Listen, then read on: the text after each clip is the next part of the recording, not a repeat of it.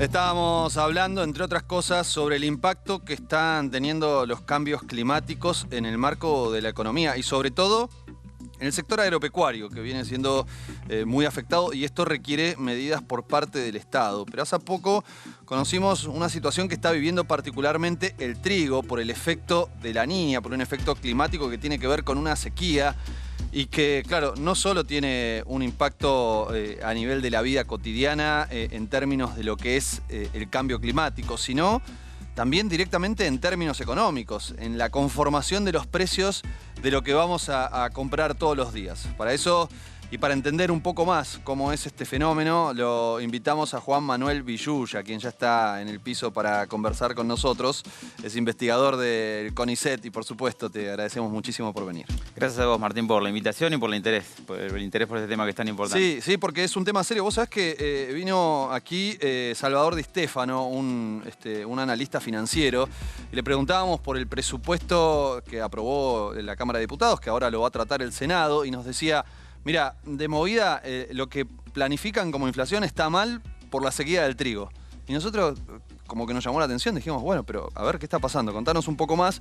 Y ahí nos dijo, bueno, esto va a generar escasez en un insumo fundamental como el trigo, que además tiene sus problemas a nivel internacional, y eso, en definitiva, va a generar un aumento del precio porque la oferta no se va a poder acomodar a la demanda. Así que vos, que sos especialista y que venís investigando desde hace tanto tiempo esto, ¿qué nos podés aportar sobre esta problemática? Básicamente es así, ese es el escenario problemático que hay para la mayor parte del país. En primer lugar, tengamos en cuenta que es un problema para miles de trabajadores que planeaban cosechar el trigo en diciembre o hasta principios de enero y no van a tener la fuente de laburo para terminar el año. Para miles de productores pequeños y medianos que tal vez no puedan pagar sus deudas, a las que tenían comprometidas por las cosechas, todo porque no llovió. Entonces hay en primer lugar que, bueno, el campo... Claro, o sea, algo tan básico y tan sencillo como que no llovió. Exactamente, no es la primera vez que pasa en el sector desde ya, no obstante se da en el marco de un cambio climático y eso es lo particular. Pero en primer lugar, tener en cuenta esto porque el campo no es una máquina de producir granos o carne, sino que es un entramado social, cultural muy denso, muy importante para la sociedad argentina. Y si eso está en problemas, bueno, es un problema. En segundo lugar... Ya de por sí, digamos, la gente que labura ahí, ¿no? Exacto. En segundo lugar, bueno, los problemas que acarrea para los 47 millones de argentinos y argentinas en relación a un insumo tan básico como es la harina de trigo, en una dieta que para nosotros es básico para nuestra dieta. Y en ese sentido... pan para los fideos, ¿no? Estamos hablando de los productos básicos de, claro, la pizza de consumo masivo, lo que comen las argentinas y los argentinos masivamente todos los días y sobre todo los sectores populares. Efectivamente, en particular los sectores populares. Entonces, bueno, prestar atención a una situación que está pasando con el tema del trigo. Se planificaban cosechar 22 millones de toneladas y se van a cosechar 16. O sea, 6 millones menos de lo esperado. Claro, ahí está la baja de la oferta que decíamos recién. Efectivamente. Eso implica, por un lado, mayor escasez y eso el mercado ¿cómo lo ordena? Bueno, a ver quién tiene más plata para pagar lo poco que hay. Y por lo tanto, el mercado por sí solo lo repartiría de esa manera. El mercado interno y el mercado externo. Hace años que el gobierno viene, digamos, disponiendo un cupo para primero abastecer el mercado interno y con lo que sobre exportarlo. Pero bueno, eso es un problema porque cuando baja el total tenemos dos opciones. O privilegiamos el mercado interno y el trigo no sube, pero en ese caso nos quedamos sin dólares. Y la economía argentina no está precisamente holgada de dólares. Venimos de la cuestión del dólar soja para dinamizar un poco esta cuestión. Se estima que se están perdiendo solo por esta situación 2.000 millones de dólares. El dólar soja consiguió que se liquiden 8.000. Sí, claro. Bueno, la sequía está haciendo que se pierdan 2.000 menos de esos que se habían recuperado. Como si no tuviéramos problemas, ¿no? Hay un problema que es que la cantidad exportada va a bajar. Hay una buena noticia para quienes comemos derivados de trigo, que es que esta semana Rusia permitió que Ucrania exportara... Saque los barcos. Exactamente. Eso va a hacer que mundialmente al menos la presión por el trigo baje, porque va a haber más trigo en el mundo. O sea, baja el precio internacional. Exactamente. Pero nosotros que teníamos menos para exportar, por otro lado hace que además de tener menos para exportar, eso valga menos. Por lo tanto, tenemos un problema hoy fundamentalmente con el tema del dólar. También el gobierno tomó otra medida esta semana, que es que no va a penalizar a las exportadoras que tenían comprometidas ventas, Sí. que vencían ahora para Sí. embarcar. Y ¿Se comprometieron antes de la siembra o de la cosecha? Exactamente, hay un O sea, que problema. no sabían que venía la sequía y dijeron, yo voy a vender esto. Exactamente, le declararon al Estado, voy a vender por tanto, y resulta Sí. que el trigo no está. Ahora te quiero preguntar sobre eso porque sé que hiciste Es una un tema investigación aparte. muy interesante. Pero dale, contame. El Estado en ese sentido no va a penalizarlos si no hacen los embarques, se los prorrogó por un año, Sí. y tampoco va a penalizar a productores que hayan declarado venderle a los exportadores trigo que no van a poder cosechar porque la sequía, las heladas y demás posiblemente no les permita cosecharlo. De todas maneras, eso no resuelve el problema de qué va a pasar con todo ese trigo que estaba comprometido en la cadena comercial. Hay acopiadores quejándose que han quedado en el medio porque en sí esos compromisos, más allá de que el Estado sacó presión al problema sin penalizar a productores o exportadores, Sí. el trigo no va a estar y posiblemente se recree una presión sobre el cereal que haga subir el precio. Qué complicado lo que estás contando. Es además grave en relación a lo que decías del precio internacional, ¿no? Que baja, eso va a aflojar un poco, pero es menos divisa. Pero ¿no es una buena noticia también para el consumo interno en relación a que baja el precio a nivel local? Por eso, para el mercado interno, sí, es una buena No, bueno noticia. para nuestras divisas. Pero no es bueno para nuestras divisas. Y el problema es que parte de la inflación argentina está atada a la cuestión del dólar. Por lo tanto, claro. La inflación que nos ahorremos por tener trigo a disposición en los alimentos puede volver por la vía de no tener tantos dólares. De todas maneras, las medidas del gobierno hasta ahora en relación a relajar la presión por el trigo, en ese sentido van en la dirección correcta, pero bueno, el problema sigue estando. Y hay que ver qué pasa. Finalmente, si todo esto se está haciendo sobre estimaciones, el trigo se está empezando a cosechar en alguna zona del país ahora y sobre todo en diciembre se cosecha. Sí. Hay que ver qué pasa, cuántas toneladas vamos a tener finalmente. O sea, puede ser Y peor bueno, también. puede ser peor, claro que puede ser peor. De todos modos, también hay otros actores en la cadena. El trigo en sí solamente explica el 13%, por ejemplo, del precio del pan. Todo el resto están los molineros, las panaderías, Sí. el transporte, el comercio, incluso impuestos. Por lo tanto, hay que ver qué otras medidas se toman en la cadena como para que se garantice el pan y los derivados de harina en las mesas de los argentinos. Y hablando de los sectores, específicamente de la producción de trigo, ¿proponen algún tipo de solución a este conflicto que es externo, en definitiva? Es un conflicto climático, no lo generó la propia producción. Exactamente, no es un conflicto. Y tampoco es la primera vez que pasa, que haya sequías. Ha habido sequías muy graves, sin ir más lejos, la de 2009, 2010 fue particularmente grave. Pero no hay propuestas claras por parte del sector porque no están. Cada uno de los actores privados está solamente mirando su interés particular. Y por eso es necesaria una intervención estatal que esté pensando más en el conjunto y en las mayorías populares que no necesariamente actúan en el sector. Yo, si fuera productor de trigo, sería el primer ecologista. Estaría golpeando, marchando, movilizando con los jóvenes por el clima para pedir que se haga algo para frenar el cambio climático. Y nos excede bastante como país y no pareciera ser el escenario actual por parte de los productores o de los trabajadores del sector. ¿Se puede pensar soluciones alternativas a lo que se está haciendo hasta el momento, más allá de esta falta de propuestas en el sector? Bueno, está este tema de los cupos para garantizar el abastecimiento interno, que amortiguan un poco que el mercado por sí solo maneje algo tan esencial como es la alimentación, y en el caso de Argentina, la alimentación en base a la harina de trigo. Me parece que habría que ir más por ese lado. Países, por ejemplo, como Egipto, que son de los principales consumidores de trigo del mundo, tienen un control estatal de la importación de trigo porque es vital para la alimentación de su población. Y, por ejemplo, fijan cuotas, precios y demás porque si se les sube demasiado el precio del trigo, tiene una desestabilización económica y social muy importante. Entonces, además me parece que todo lo que tenga que ver con garantizar la alimentación de la población antes que las ganancias de algunos nodos exportadores y demás, me parece que hay que ir por ahí. Recién estabas contando lo sensible que es en relación a la cotización del dólar y a las divisas, lo que pasa con la exportación, ¿no?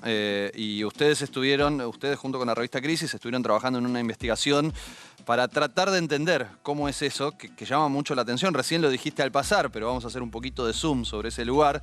Decías, se declara primero la venta. ¿Cómo es eso?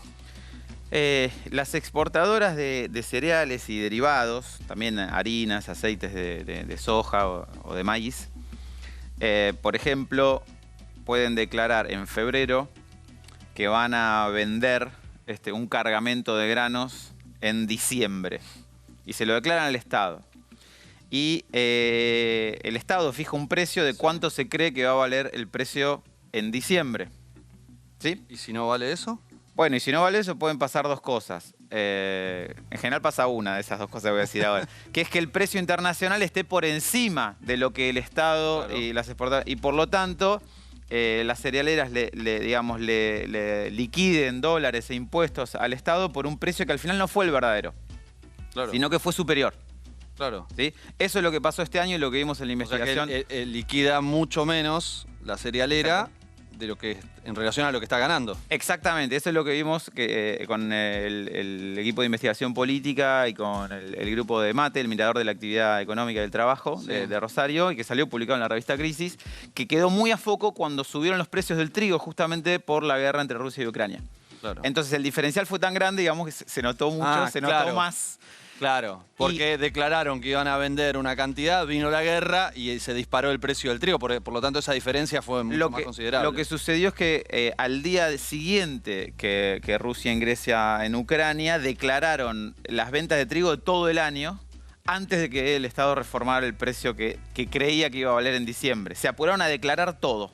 Se venía la guerra, era inminente y dijeron declaremos todo ya. Va a subir el precio, declaro toda la venta ahora. Suena como una estafa.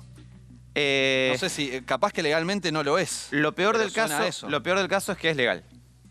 Esto O sea, no lo es legalmente. es lo que se llama ilusión, porque no es una evasión en el sentido de que no esquiva una ley, sino que no hay nada en las leyes que impida que hagan esto. Al contrario, esto se basa en una serie de decretos que no han sido modificados, que nos retrotraen hasta la ley de granos que dejó planteada la última dictadura cívico-militar, y en particular a un decreto de Luis Miguel Echeverre, cuando era ministro de Agroindustria, de fines de 2017, que liberalizó un poco estos controles del Estado sobre y la manera de fijar este precio, y que permiten que las cerealeras realicen esta clase de especulaciones. Hoy está realmente a tiro de firma de eventualmente el secretario de Agricultura o ministro de Economía o el presidente mismo, modificar estas disposiciones para tener un seguimiento más fino de esto. No lo hizo todavía. No lo hizo. Pero ¿pensás que está en carpeta, que es una posibilidad que... Lo ignoro. No, como dijiste, está a tiro de firma, entendí que ya estaba por salir. No, a tiro de firma digo que está al alcance de su firma. Lo podrían firmar cuando quieran. Está dentro de su poste. Ya lo saben. Porque es una resolución que hay que cambiar, no una ley. Sí. Por lo tanto, podría ser posible hacerlo. En general, como te decía Martín, con la guerra en Ucrania esto se notó mucho, pero en general es un modus operandi irregular, donde en la canasta de productos y en todos los precios que van variando, a veces quedan por abajo, a veces quedan por arriba, pero en general ganan y le liquidan al Estado menos dólares de los que reciben y por lo tanto también menos impuestos de los que deberían pagar. Amén de otras operaciones de triangulaciones internacionales, como sacar los containers, los barcos por Uruguay fundamentalmente, exportar por exportaciones primero intrafirma y desde Uruguay al verdadero precio internacional. Bueno, es re complicado lo que estás contando, pero es como trascendental. Es trascendental. Es como un tema central de la política Es para nacional. analizarlo con detenimiento, así que recomiendo leer la nota, en todo caso, de la revista Crisis para tener el mapa. Pero es muy de interesante. Y me imagino que con este dinero que tienen la suerte de ganar estos sectores, le deben pagar muy bien a sus trabajadores. Bueno, en general, los trabajadores de estos nodos exportadores están ganando relativamente bien en relación al conjunto de los trabajadores y trabajadoras en Argentina. Las cerealeras. Sí, pero no por voluntad de las cerealeras, sino por un proceso de organización muy interesante que hicieron los trabajadores aceiteros, encabezados por Daniel Jofra, que luego de un proceso de romper los mecanismos de tercerización en los establecimientos productivos y bueno, particularmente a través de distintos conflictos que protagonizaron durante muchos años, lograron posicionarse entre los trabajadores mejor pagos de la Argentina. Es cierto que están en un embudo exportador que tiene con qué hacerlo, pero no... Y es cierto que tienen como una posición de fuerza donde ante una medida de fuerza se intenta resolver rápidamente el conflicto. Exactamente, pero hay otros sectores económicos de la Argentina que también tienen con qué hacerlo, como ser el complejo sojero en la producción rural, que no lo hace y tiene los salarios más bajos de la Argentina. ¿Por qué? Porque no hay un proceso, digamos, de organización como el que protagonizaron los aceiteros con Daniel Jofra. ¿Y en el campo? Por eso, en el campo. Claro, eso es en la parte de procesamiento de exportación, pero campo adentro, quienes operan las cosechadoras, los tractores y mucho peor, quienes trabajan con animales, están entre los salarios más bajos de la Argentina, en un sector que gana en dólares, exporta. ¿Qué pasa? Son procesos de trabajo distintos, los trabajadores están más aislados entre sí y han venido de un sindicato que durante años no encabezó reclamos para emparejar esa situación. Por lo tanto, por eso, las cerealeras tienen con qué hacerlo, pero también hubo una organización sindical que trató de poner los salarios a la altura de esas ganancias y en el campo lamentablemente no es así. Y por eso también es preocupante la situación de la sequía, porque los principales perdedores posiblemente sean los trabajadores. ¿Hay una reducción de los planteles de trabajadores producto de la tecnología? Sí, eso es un proceso que viene de muchos años. Hace poco realizamos un estudio con un equipo del Centro Interdisciplinario de Estudios Agrarios, donde trabajo en la Facultad de Ciencias Económicas de la UBA, los números rojos de la Argentina Verde, con Diego Fernández y Bruno Cadeville, y vimos que entre 2008 y 2019 las cosechas habían aumentado muchísimo, un 50%, y los puestos de trabajo bajaron un 14%. Solo en la aumenta la productividad, disminuyen los puestos de trabajo. Exactamente. Aumenta la producción, aumenta la productividad y bajan los puestos de trabajo. Y la cuestión salarial que oscila de acuerdo un poco a los ciclos políticos, pero los trabajadores no necesariamente comparten cada aumento de producción o cada subida de precios. En general me dedico a seguir esta cuestión porque es un sector que puertas adentro no reparte todo lo que genera como debiera para un reparto más equitativo entre quienes realizan el trabajo, ¿no? Bueno, la verdad que súper interesante, un fenómeno complejo, difícil y evidentemente obedece a una situación que decías, nos excede como país, es un problema global el que se está atravesando con respecto al cambio climático, pero a veces se lo soslaya, ¿no? Se piensa que es como algo ajeno, que no va a terminar afectando.